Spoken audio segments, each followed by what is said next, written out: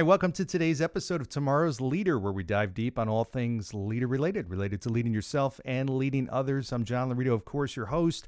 I got a great guest for you today. I've got Brendan Keegan, who is the chairman and CEO of Merchants Fleet. Brendan, thanks for joining. Welcome to the show. John, excited to talk to you today and talk about leadership and get a chance to meet your audience. Yeah, me too. I'm not only impressed, but I'm very interested to learn about your story. I know I've heard a little bit, but I know we want to dive into a lot about you, but also about leadership and how you've led your organization. You've got a lot of listeners that are going to be interested in this. But you now lead a very successful large organization. We'll talk about Merchants Fleet in a little bit, but I'm always interested. Like, was there a point in your life where you felt like, okay, leadership is a path I want to take? Was there a moment or an incident that kind of pushed you in that direction? You know, it's I talk a lot of times about leadership moments, and it's interesting. I actually do have a leadership moment that sticks in my mind, and it's kind of crazy. But it was in third grade. It was my first football practice with Coach Buchanan, and he got us all in a circle. You got a helmet on for the first time and pads. And he literally says, okay, hey, I need someone to get in the middle and lead calisthenics. And for some reason, I have no idea why, I jumped in the middle of the circle and led calisthenics. And then we had to take a lap. And I really just liked the juice of it. I liked the, counting. And I still remember, we did the lap, we came back. And when you came back, I remember then going back out and helping the kids that were struggling, just doing the opening lap at practice. And I really liked, after practice, collecting the footballs and, bringing them to the coach's trunk and putting them in the back of his pickup. And then the next day, just talking to guys going, hey, we're going to have a great practice. And I know that sounds really, weird to think all the way back, but like from that moment on, I really liked leading. I liked serving others. I liked the motivational part of it. And so that just kind of kicked off what has been my leadership journey, for the next 40 plus years. I love that. I mean, and that's really what it comes down to. So many leaders I talk to have something. It was a moment where it's like, all right, this is really cool. And did you get good feedback from people? Were you feeling like you kind of got a good response from the other kids, or was it just more the feeling of being in that role? What I really liked was just the ability to do more. Whether it was helping the kid that was struggling to do the lap, whether it was helping the coach, put the cones out to do drills. I kind of like the additional responsibility. And it's something that, just that little act in third grade. I remember in junior high when you had your first student government. And it just gave me that little bit of confidence to maybe believe in myself a little bit more.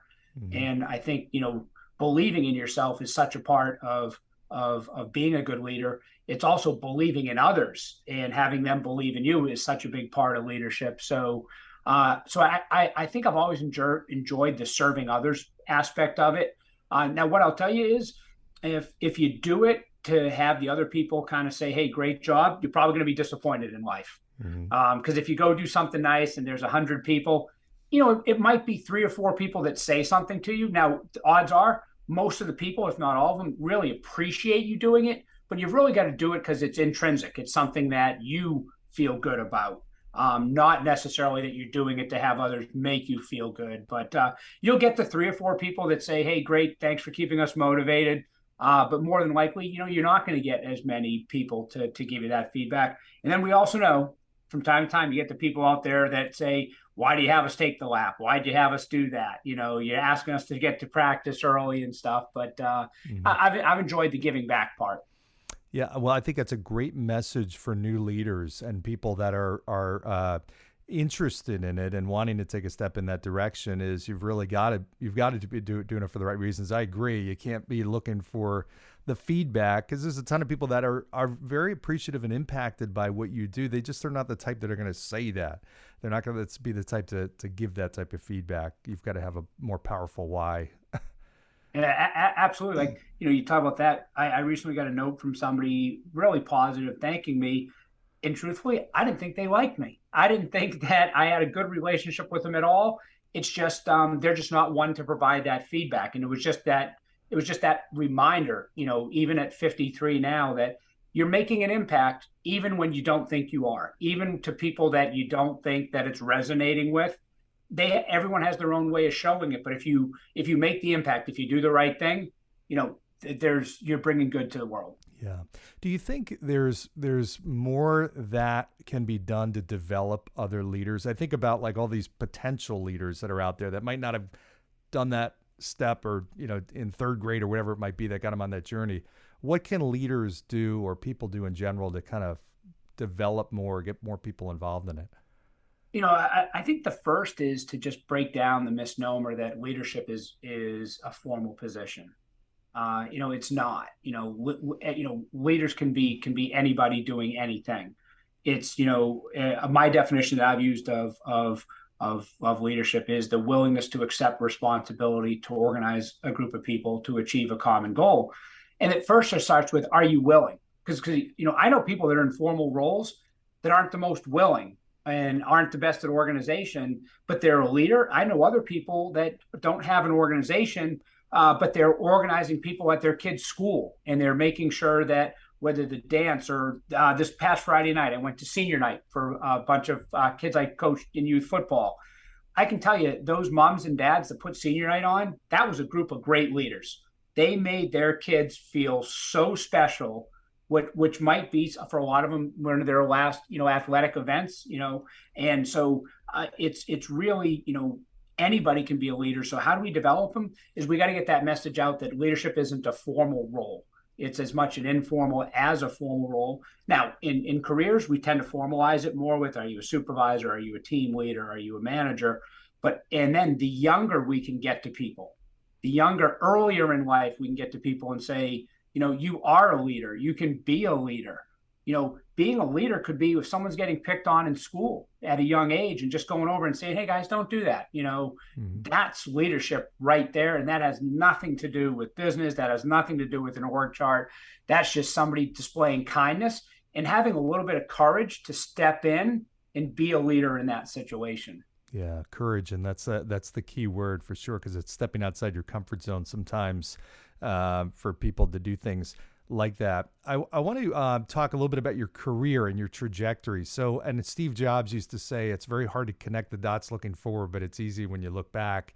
When you look back on your career, was there a time or a point where you can look back and say, boy, that was a risk that I took, or I wasn't quite certain if I was going in the right direction, but boy, I look back now and that was such a good move?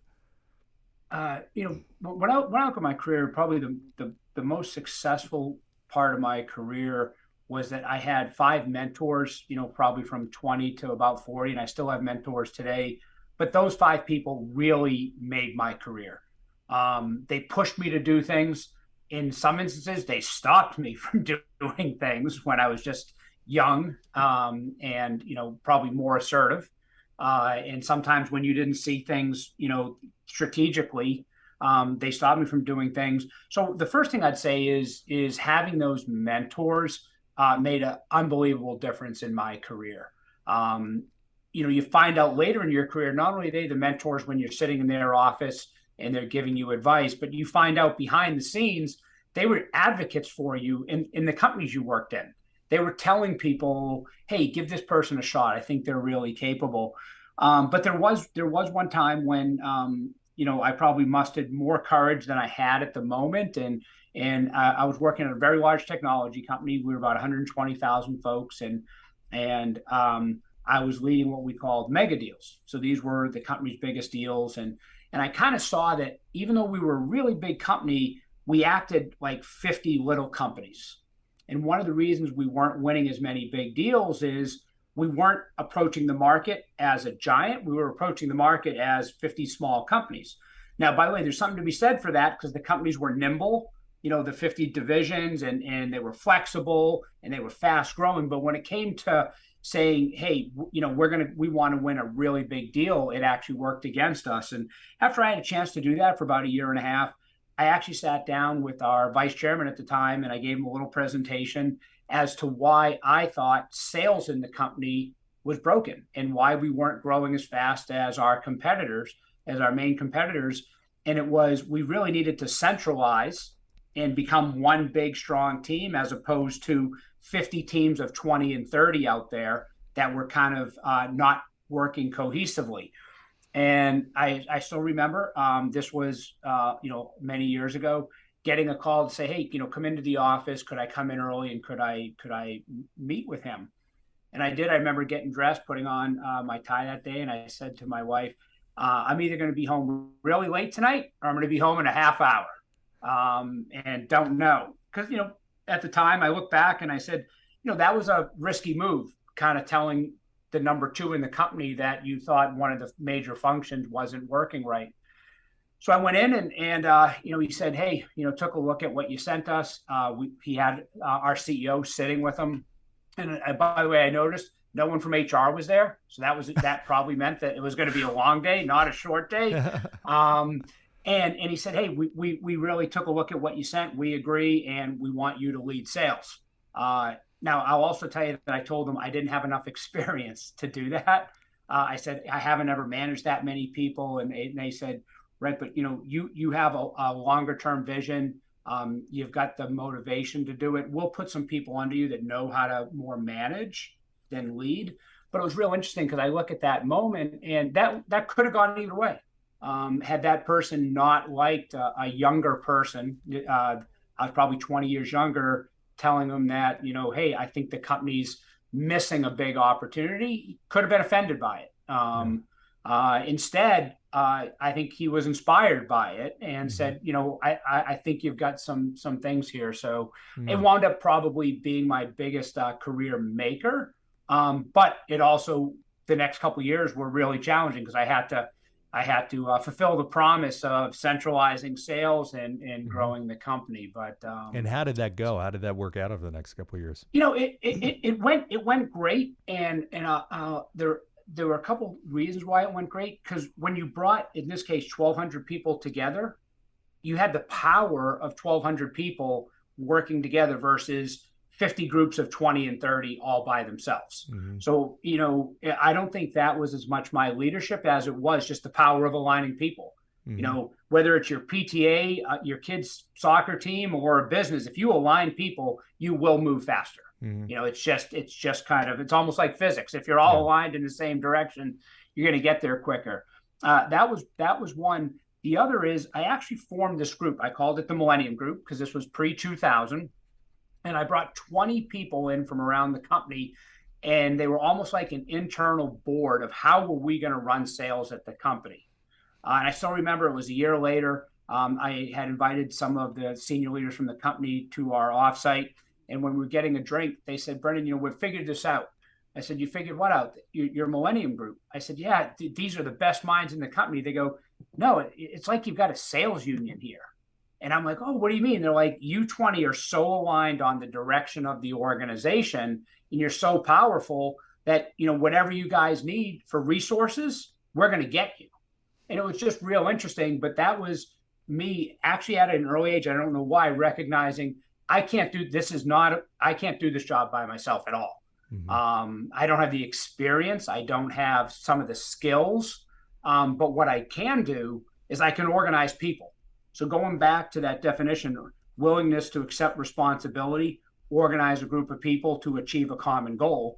Our common goal was we wanted to double sales, and we wanted to take on at the time IBM, who was our chief rival.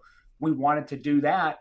And I look back and, the intelligence that I had, I don't know why I did it.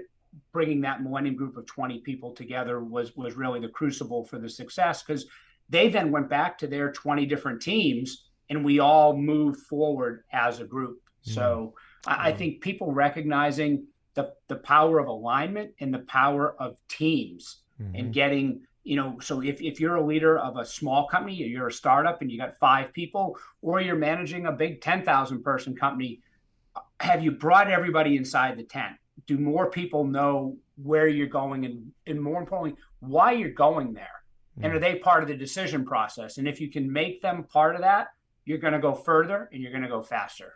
Okay, great stuff. Now there's a lot of directions I want to go and a lot of things I want to ask you, but you said something that I think so many leaders struggle with. And I know there's listeners that are saying, boy, my company or my organization is very fractured, or it's that situation that Brendan's talking about where it's 50 little companies all together.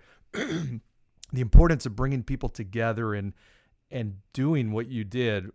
Talk a little bit more about that if you can, because it sounds like, I mean, that's the result of how do we get there from all these little pieces into one big and get everybody aligned. Was there another part of that? How did you actually do that? Well, when you look at get behind the scenes and say, why are you doing it? Well, we were a very large organization. We were 86th on the Fortune 100, but yet when we went to market, we were, the 5,000th because we were going as small teams. So I think it's recognizing what's your strategy as a company, and then is our organization structure aligned for that? So I'll give you another example. So Merchants Fleet, where I'm at now. In 2009, I was actually Merchant's largest client. So, and I wasn't in the fleet industry. I had a fleet, but I wasn't in the fleet industry. And then after a few years of being a large client, I joined the company's board. And I was getting onboarded where they tell me all the great things the company does. And I said, this is going to be easy. I'm a client. I know everything you do. Well, it turns out the company had 7 divisions, and actually some of them were named different companies. And as they all presented, I started saying to them, hey, when I was a client, how come I didn't know about your services? I would have used yours. And their answer was, oh, but you were a client of the other division. You were a client of the other company. Now, I actually joked with them and said, you're right. As a client, it was my job to understand your organization structure. Now, by the way, I don't mean to pick on them, but banks are infamous for this. Yeah. In that they've got, well, you're a small business client. Here's our mid-cap company. Here's our capital raising company. Here's our securitization desk. And a lot of times they just don't work as well across. And I say that because our banks that help fund our company, whenever I give this talk, they always say, boy, I feel like you're talking about the financial services industry. So one of the first things I did when I joined is I collapsed all 7 companies into 2, one that focused on consumers and one that focused on corporate. And we're growing literally 10 times faster than our closest competitor. And I always get asked, how are you able to do that? How are you able to do that? We bring all our services together, and one person represents that to the client, and it's so much more powerful. And our clients now say, wow, you've got a broader set of offerings than your competitors. We do, but also if they're going at the market fractional, meaning they got multiple people, their clients don't get a chance to see the entire power of the organization. So it is tough. Matter of fact, I get asked, Brendan, where do you spend your time? Culture, people. I don't spend my time, digging into the P&L and focused on, the funding. Those are parts of my job, but it's about culture. It's about people. It's about vision. It's about our values. It's about alignment. Because I know if we have the best people, if we attract and retain them, if we have a great culture and everyone's aligned on our strategic direction, the P&L is going to take care of itself. Yeah. Right. Now, if I focus on the P&L, or I focus on the funding and I focus on our strategy, but not the culture and people, there's no guarantee that we're gonna get there. Yeah, makes sense. Well, it's interesting. I was talking to a company about that very same issue that they were having in a totally different industry where their clients had no idea about the other services that they offered. And they're doing business elsewhere, not because they want to, but because they just didn't even think it was an option to do them. So I think a lot of companies are plagued with that. And another thing that listeners are tuning into saying, boy, I've got to take that to heart and really take some action on it. When you talk about organizing teams and bringing people together around a common goal, I mean, that's something I've seen leaders do very, very well. I've seen a lot of leaders really struggle with that. They don't have a great ability to leverage the talent that's on their team. You seem to really have cracked the code on that. I know you might say, hey, everybody can do it better, but you've seemed to have done that extremely well. Talk a little bit about that, how to really leverage the talent that you have on your team and organize people the right way. Well, the key is you've got to have a higher level goal. Like you've got to have something you're shooting for. Now, let's say you're a leader and you're very good at vision and you're very good at establishing the goal. That's great. That's probably easier for you. Now you have to focus on organizing the people there. Let's say you're a leader and you go, you know what? I'm a tactician. I'm not good at vision. I'm not good at setting goals. No problem. Still bring people together and say, what should be our common goal? you need, when establishing a common goal for a team, there's no recipe for it has to come from the top leader. It could come from the team. Also, odds are there's somebody in your company, one of your peers, that is very good at vision, is very good at goal setting. Have some coaching sessions with a peer that says, can you help me with my team? Going into this next year, I really want to establish better alignment. I want to establish a more of a common goal that we can really strive for. Odds are, if your teammate's really good, they're going to absolutely be willing to help you get there. So if you can do it yourself, that's great. If you can't, leverage your team. Somebody on your team might have some good ideas. Leverage a peer. Also, reach out. There's leadership coaches out there. There's executive coaches out there that can come in. And by the way, they aren't going to be able to give you the goal. They're going to be able to facilitate the goal from your head onto a piece of paper. And then the next thing that's, I think, even more important than the goal is, do you create a narrative, a story by which people can understand it and follow it? So if I just stand in front of a group and say, we're going to be fourth in the industry. Okay, well, somebody that's in their third year of their career goes, okay, that means nothing to me.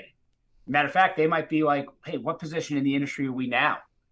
So you've got to be able to tell a narrative, tell a story that has them understand what is your strategy, what is your goal, where are you going?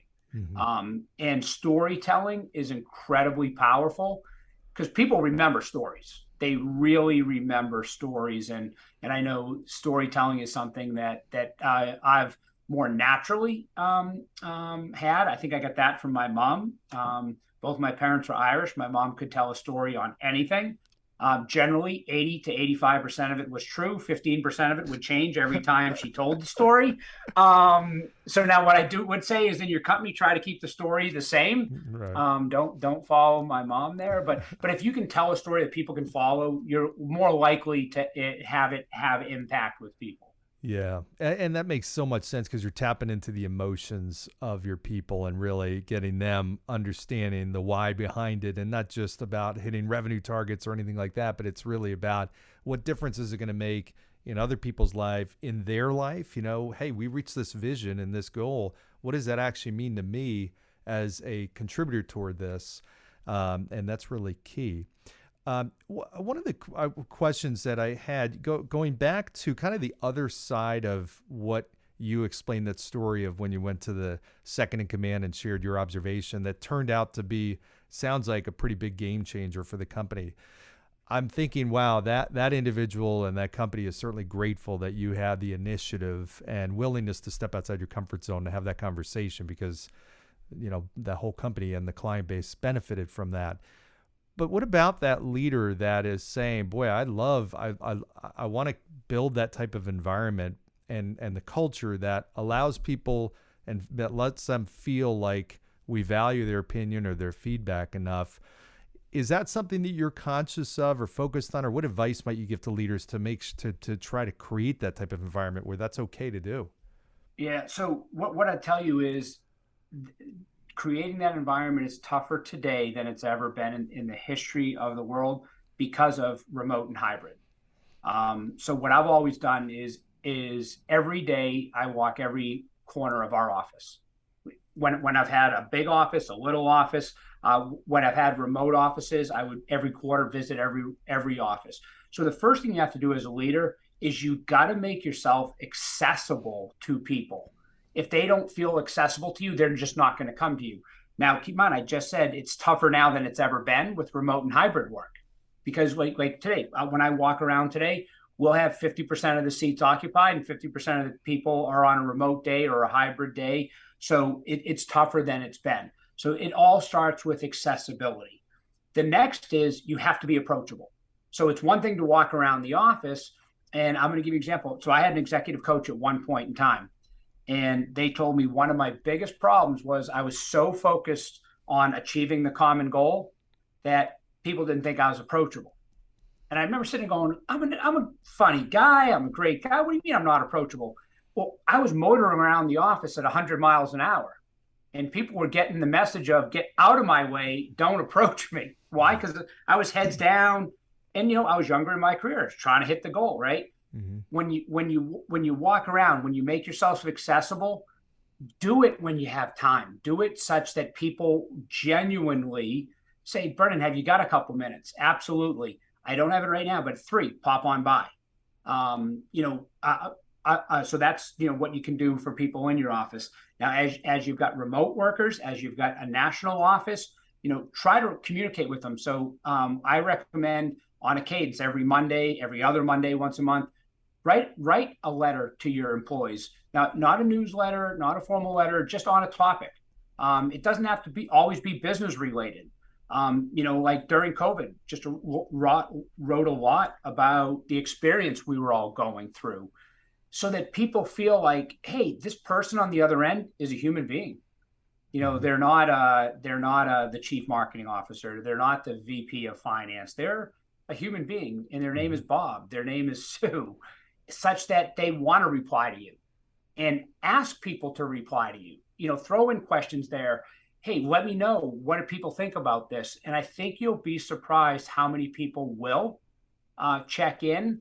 But if you're not accessible and you're not approachable, people aren't going to come to you. So, and I will tell you, you've got to work hard at this. I'd say, early in my career, I thought I was very accessible. I thought I was very approachable.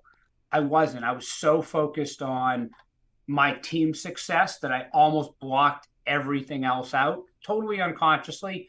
And if I still had that executive coach's name, I'd send him the biggest thank you, and I'd give him a plug right now. But they really taught me, Brendan, you got to slow down. You got to slow down. Yeah. Engage with people. Right now you run it, and literally you're walking around the office so damn fast, literally, that no one's stopping to talk to you.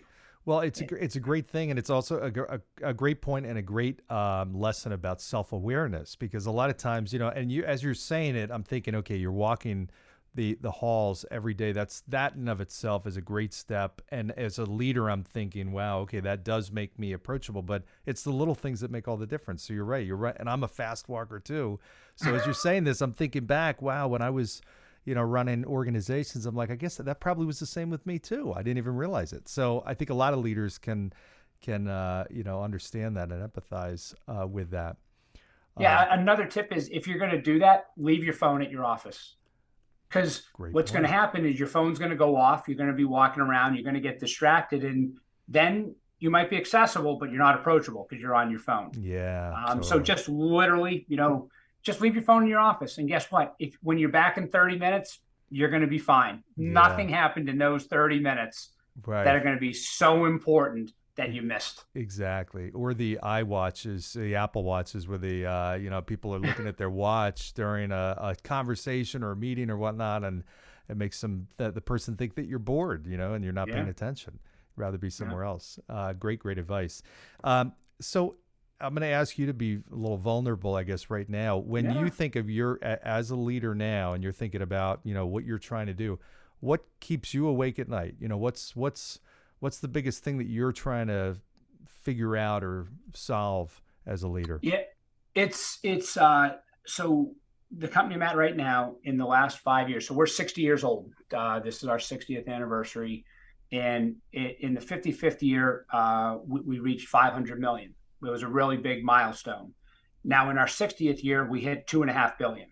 So we've grown from 500 million to 2.5 billion in the last 5 years.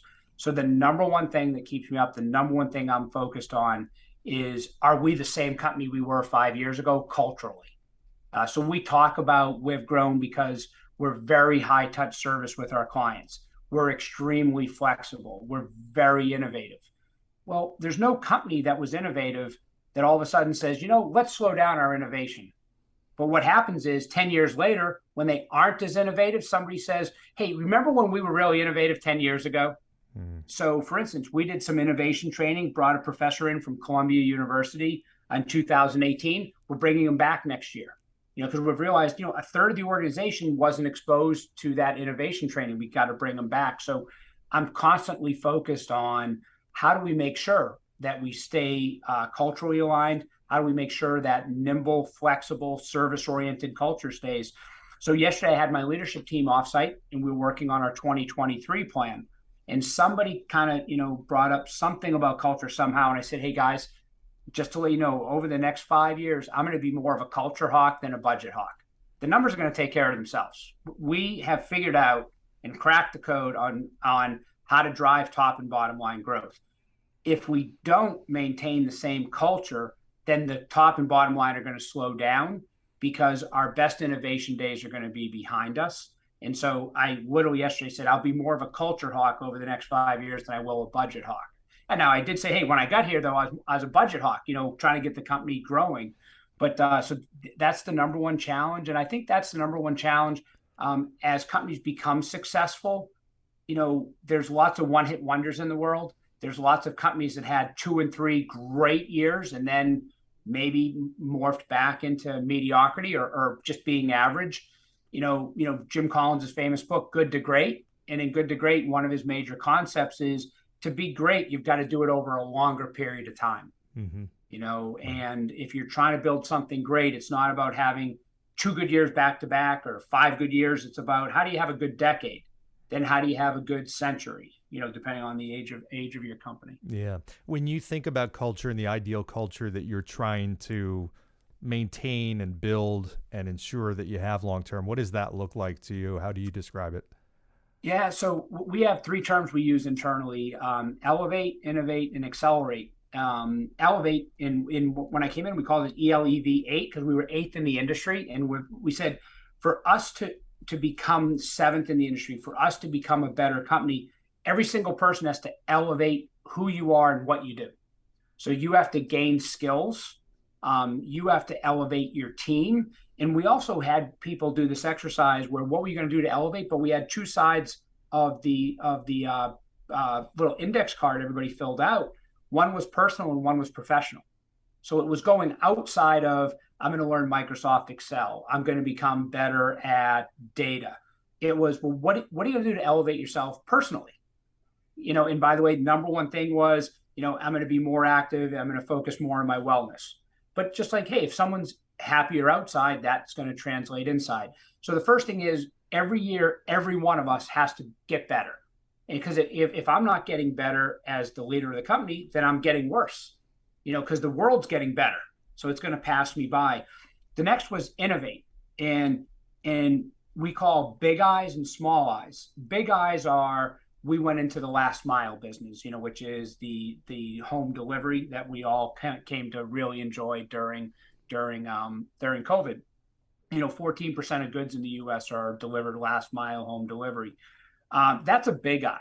But companies' success aren't really contingent on the big eyes. It's all the little eyes, the little innovations that hundreds of employees say, I do this transactions and it's got 5 steps. I don't really need to do the 5th step. It doesn't make any sense anymore because we automated it or whatever. So let's do it in 4 steps. So we focus on how many little eyes can we have. And then the third is accelerate. So if everyone's getting better, if everyone's doing things differently, our definition of differently is to think and act differently in a useful way.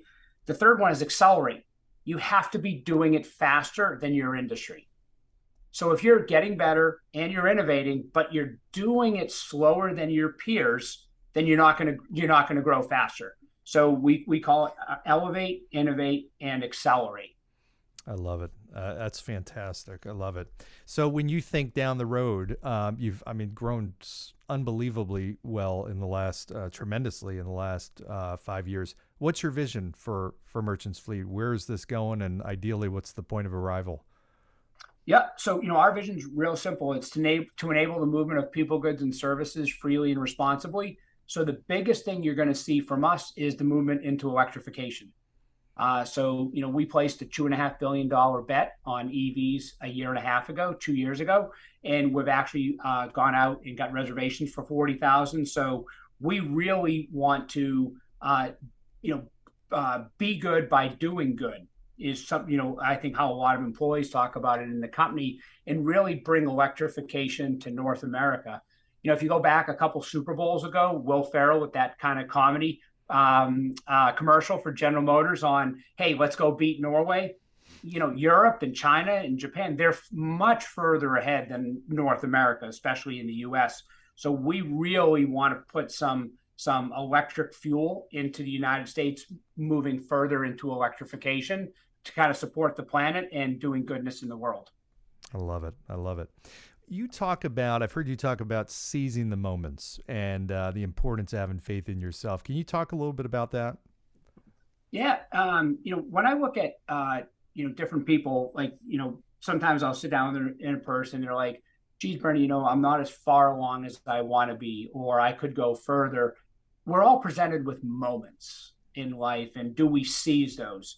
Now, what are those moments? That moment could be, I'll use an example with our company. We were moving into a new facility, and a few employees had volunteered to help lead it. Great.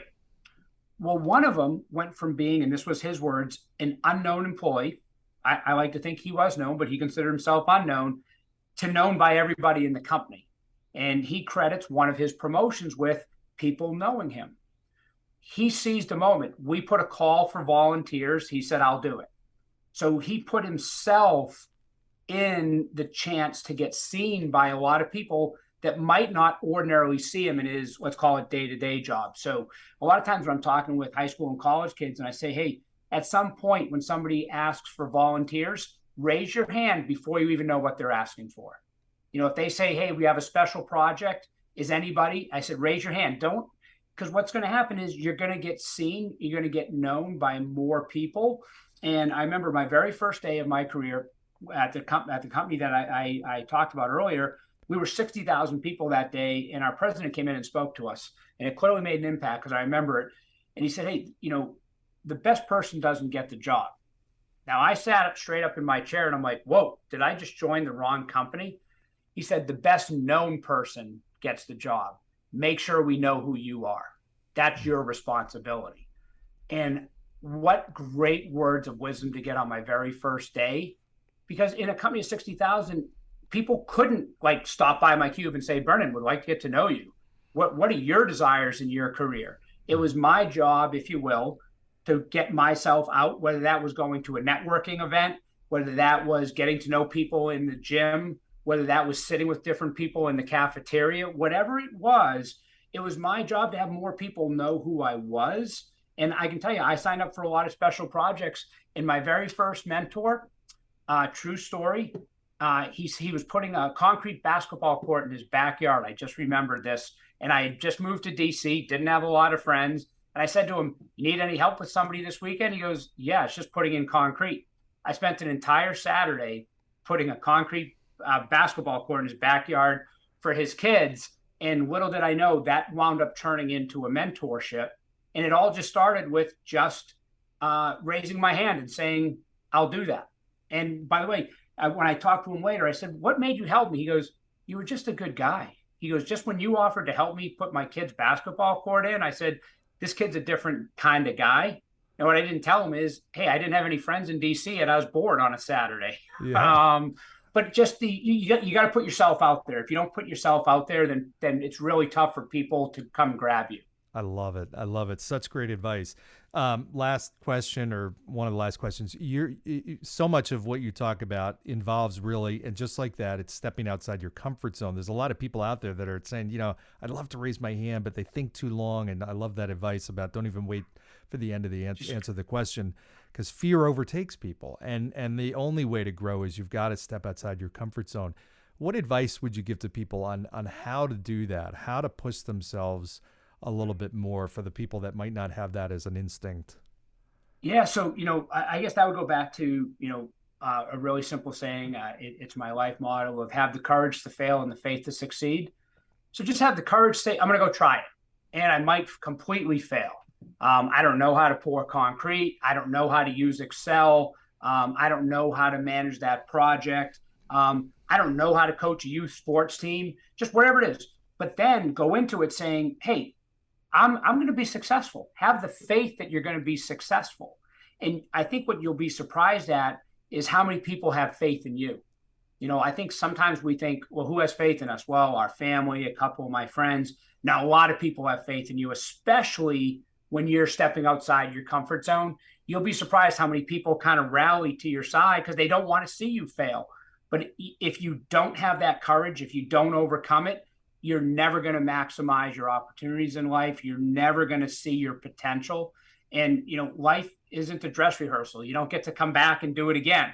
And those moments, they happen all the time. And you've got to say, I'm going to jump off. I'm going to go give this a shot.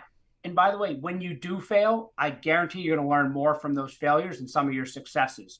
Like, why did I do that? Why wasn't I as successful? But if you work with good people and you have good people in your life, they're going to look at that as what a great opportunity. They put themselves out there and they're going to see that as a net positive, even if that particular project or whatever it wasn't successful. I love it. Well, Brendan, this has been absolutely phenomenal. I know we're short on time, but there's so much valuable insights that you shared. I appreciate it. And congrats on all the success you've had and Merchants Fleet going into all kinds of great directions. So congrats. I know there's a lot of people that are going to want to engage with you, learn more about Merchants Fleet. What's the best way for them to do that? Well, if somehow someone's interested in fleet, so that's probably a really small segment of your population out there, you can, merchantsfleet.com.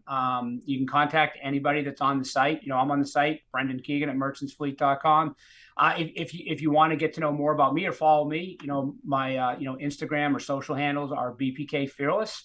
And also I've started a podcast, Fearless Leadership. It's on Apple and Spotify, and it's sponsored by Forbes Books. So, but most importantly, just continue putting time into yourself, investing in yourself, listening to podcasts like John. That's what it's all about. It's about investing in yourself so you can maximize your potential. Excellent. Well, thank you, my friend. I hope you have continued success. I know you will. I hope you come back and give us an update at some point in the future, and we'll do a part 2. All right. Happy to, John. Thanks so much for doing what you're doing as well. Thank you. And thanks all for tuning in today on today's episode of Tomorrow's Leader. We've been here with Brendan Keegan, Chairman and CEO of Merchants Fleet. All the info will be in the show notes, including links. Be sure to check them out. And thanks for joining. Again, like, share, subscribe, go down below, give a 5-star review, and we'll see you next time. Thanks.